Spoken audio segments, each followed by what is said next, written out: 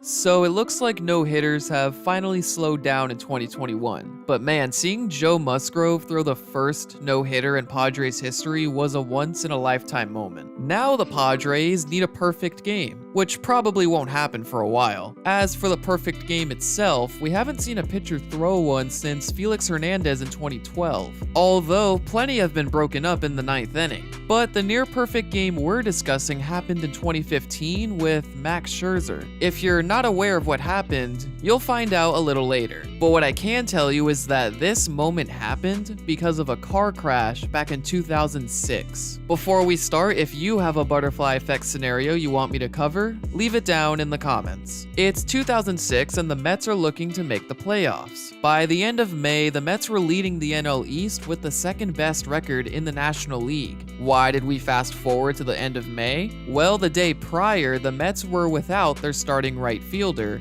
Xavier Nady. Why? Well, prior to the game, Nady was taken to the hospital and needed an emergency appendectomy, meaning he needed his appendix removed. So now the Mets need a right fielder. Whose number would they call? How about top 10 prospect Lastings Milledge? Baseball fans had been waiting for the 21-year-old's name to be called up for a long time. With Nady gone for at least a couple weeks, Milledge had his shot with little pressure to perform well, at least according to Mets GM Omar Minaya. Well, his first month in the big leagues was definitely less than ideal. If we look at just the hitting stats, his numbers weren't bad, but they weren't very good either. But the real problem was the impression he left with his teammates. On June 4th, 5 games into his big league tenure, Milledge hit a game-tying solo home run in the bottom of the 10th inning. As the Mets fielders went out for the top of the 11th, Milledge ran out to his spot in the outfield while giving out high fives to the fans. This upset veteran players and coaches in both dugouts, as shown in this quote by Giants reliever Steve Kline. What made the situation even worse was that the Mets lost that game. 2 weeks later, Nady was brought back in right field and Milledge was being scrutinized by his team. He had shown up late to a game and jogged while trying to score on a 2-out double. Milledge was sent back to AAA at the end of June. Fast forward to the last week of July, trade rumors showed that the Mets were gearing up for a playoff run. However, plans can be altered very quickly.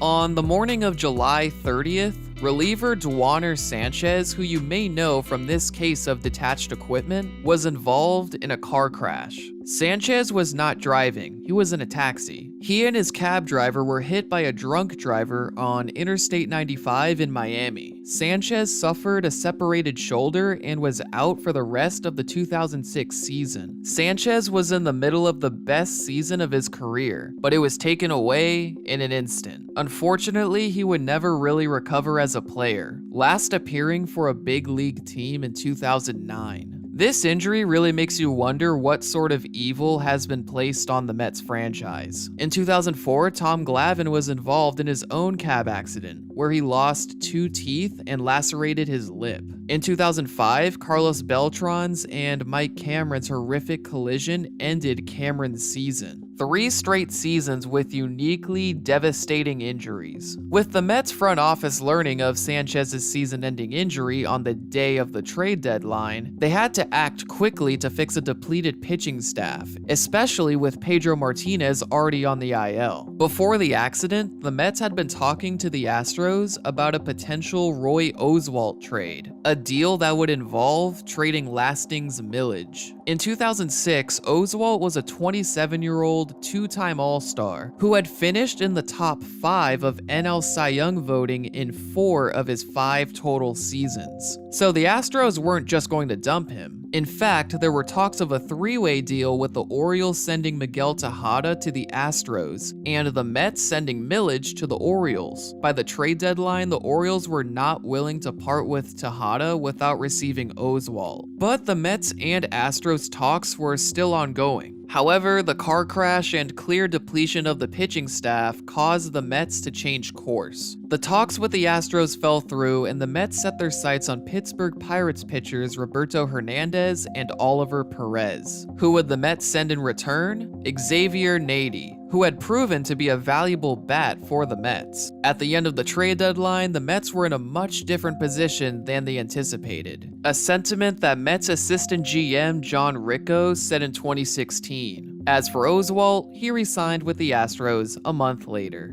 So what happens next? Well, Lasting's Millage is called up as Nady is now gone. Unfortunately, his second stint was underwhelming, and at the end of the season, closer Billy Wagner put a sign on Millage's locker that said, "Know your place, Rook." As for the new pitchers, Hernandez and Perez were opposites in terms of production. Although Perez was part of Mets history. Well, kind of. He was the pitcher when Endy Chavez made this incredible catch in Game 7 of the 2006 NLCS. Of course, we know who the winner of that game would be. After the 2006 season, Millage never lived up to his potential with the Mets. He was traded to the Nationals after the 2007 season. The Mets received Ryan Church and Brian Schneider, who were actually both part of Mets history. Church was the final out in Shea Stadium history, and Schneider scored the first ever run in Citi Field history. But to move the timeline forward, we need to head to Pittsburgh. Xavier Nady essentially spent 2 seasons in Pittsburgh, providing some solid offense to a bad Pirates team. In 2008, Nady's hot start led to a trade with the Yankees. This was actually a 6-player deal. The Yankees received Nady and pitcher Damaso Marte. The Pirates received Jose Tabata, Ross Ollendorf, Daniel McCutchen, and Jeff Karstens. These are a lot of players, but the player we are going to focus on is Jose Tabata, the player in this deal who had the longest tenure with their new team. Tabata was more of a 4th outfielder, but he had a few solid seasons and hit a couple of walk-offs during his tenure in Pittsburgh. However, baseball fans likely remember him for what happened on June 20th, 2015. Max Scherzer was heading into this game coming off a 16 strikeout complete game. As the game went on, it didn't take long for everyone in Nationals Park to realize what was going on. Through the 8th inning, Scherzer had thrown 10 strikeouts, and great defensive plays by Michael Taylor, and more notably by Danny Espinosa, kept the perfect game intact. Even more impressive was the fact that Scherzer had only thrown 2 3-ball counts. Both of them were full counts. Entering the final inning, Scherzer was 3 outs away from a perfect game. Anthony Rendon makes a great play near the Pirates dugout. 2 outs to go. Then Denard Span catches a fly ball. 1 out to go. Up to the plate, Jose Tabata.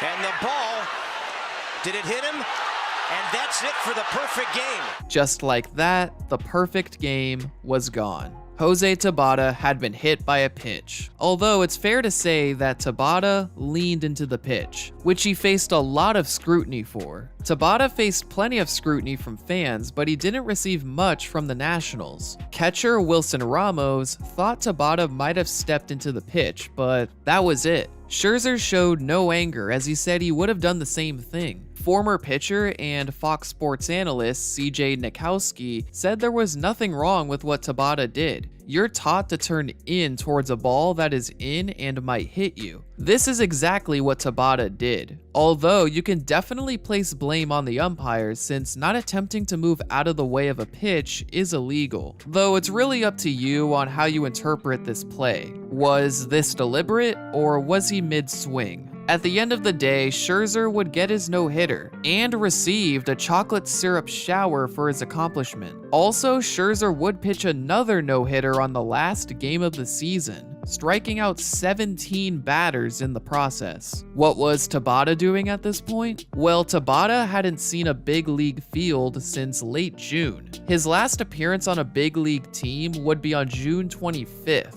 only 5 days after the incident. He would be traded to the Dodgers a month later for Michael Morse, who had been DFA'd after a giant 3-team deal the day prior. Today, Tabata is a member of the West Virginia Power, a team in the Atlantic League, a partner league with MLB. While he's not part of any major league organization, it's cool to see that Tabata is still playing baseball. It sucks that Scherzer was robbed of a perfect game, but at the end of the day, he is still a first ballot Hall of Famer with tons of accomplishments. The real losers may have been baseball fans, as we missed out on witnessing the ever-elusive perfect game. And well, it all stemmed from a car crash back in 2006. Although it's a shame that it stemmed from a guy essentially losing the best years of his career. This timeline makes you wonder if the Mets traded for Oswalt, would they have made the 2006 World Series? It's definitely plausible, but in the end, it's just another what if.